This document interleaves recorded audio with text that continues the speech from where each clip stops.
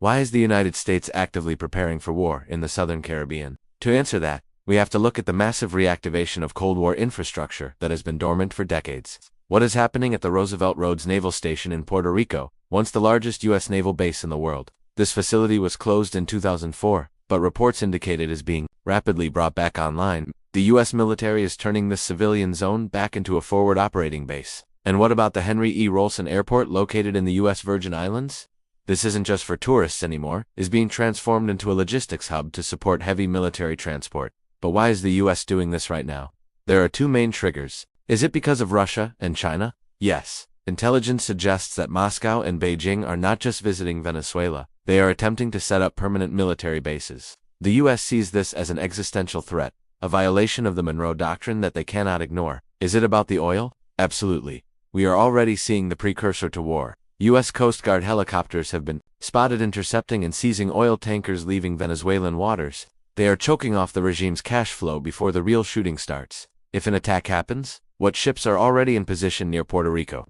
The U.S. Navy has assembled a specific kill chain. They using the USS Jason Dunham Arleigh Burke-class destroyer. Its role isn't just guided missile destroyer. It is also an electronic warfare machine. The Jason Dunham is there to jam Venezuelan communications and blind their coastal radars. They are the first line of attack to confuse the enemy. And why is the U.S. Stockdale there? The Stockdale is the shield, equipped with advanced Aegis missile defense systems. Its job is to shoot down any anti-ship missiles Venezuela fires back at the fleet. But how do we know this is an invasion, and not just a blockade? Because of the USS Uema, it is a massive amphibious assault ship. You don't bring the ship unless you plan to put boots on the ground. It is designed to launch waves of Marines onto a hostile beach. But the U.S. isn't just attacking from the north. They are using the island nation of Trinidad and Tobago to close the back door. But how are they using Trinidad? The U.S. Navy is using these waters to blockade the Gulf of Paria. Here is USS Gravely. As Hunter, the Gravely acts as a sentinel, ensuring no Venezuelan submarines or fastboats can escape into the Atlantic to threaten shipping lanes. And what is the U.S. Lake area doing? This Tiander Daroga-class cruiser is the boss. It serves as the air defense commander for the entire operation, coordinating the movements of every ship and plane from its high-tech command center. But ships are slow. So, how will the U.S. deliver the first strike? This is where the air power comes in. The B-52 strata of fortresses won't even land in the Caribbean. They will fly straight from the continental United States, deliver their massive payload of cruise missiles, and return home without ever touching the ground. What about the B-1 Lancer? These supersonic bombers will be used. For fast attacks, they can swoop in at low altitude and high speed to destroy hardened targets before the enemy knows they are there. But where will the bulk of the Air Force fly from? This is why Roosevelt Roads in Ceiba, Puerto Rico is so critical. It puts tactical aircraft just minutes away from the target. The MQ-9 Reapers will loiter over Venezuela for hours, tracking mobile missile launchers and taking them out with Hellfire missiles the moment they move, while the F-35s will be the door kickers. Their job is to penetrate Venezuelan airspace undetected and destroy the S-300 air defense batteries so the other planes can fly safely. Here are V-22, Osprey speed and versatility. These tiltrotor aircraft will launch from the USS Uema in Puerto Rico to insert special forces teams deep behind enemy lines. But all that firepower will need fuel. So, the KC-130s, these tankers will orbit near the combat zone, allowing the F-35s and other jets to stay in the fight for hours without returning to base. And finally, why the C-17 cargo transports for logistics. You can't find a war without supplies. The C-7 South will be flying non-stop into Roosevelt Roads and Henry E. Airport, bringing in the tanks, the ammo, and the troops needed to sustain the attack. So, is the attack inevitable? When you see the bombers on standby, the amphibious ships in position, and the forward bases being reactivated, it looks like the decision has already been made. You will take a look at different scenarios and strategies from both sides.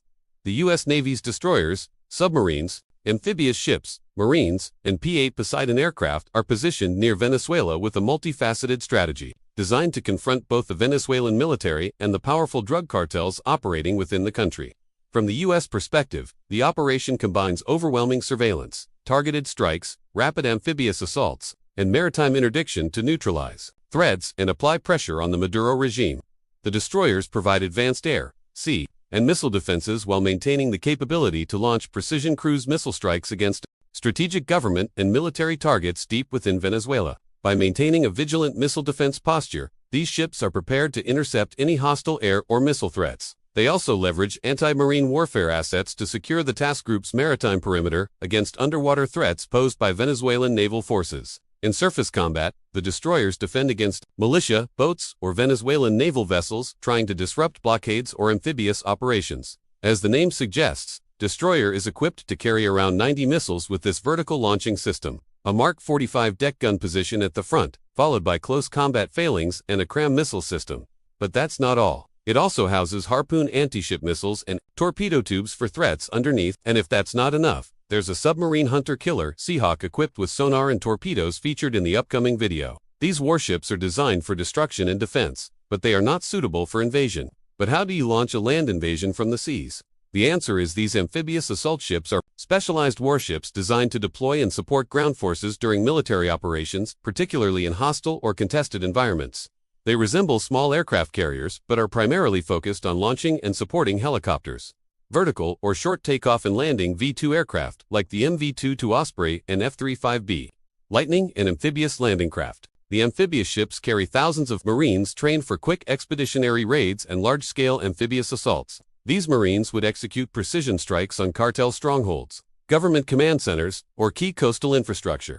Their urban combat training equips them to seize airports, communication hubs, and other critical points, potentially working in concert with opposition forces inside Venezuela. Here comes the nuclear port attack submarine, operates covertly and silently along Venezuela's maritime approaches. It collects vital intelligence by intercepting communications and monitoring naval activity.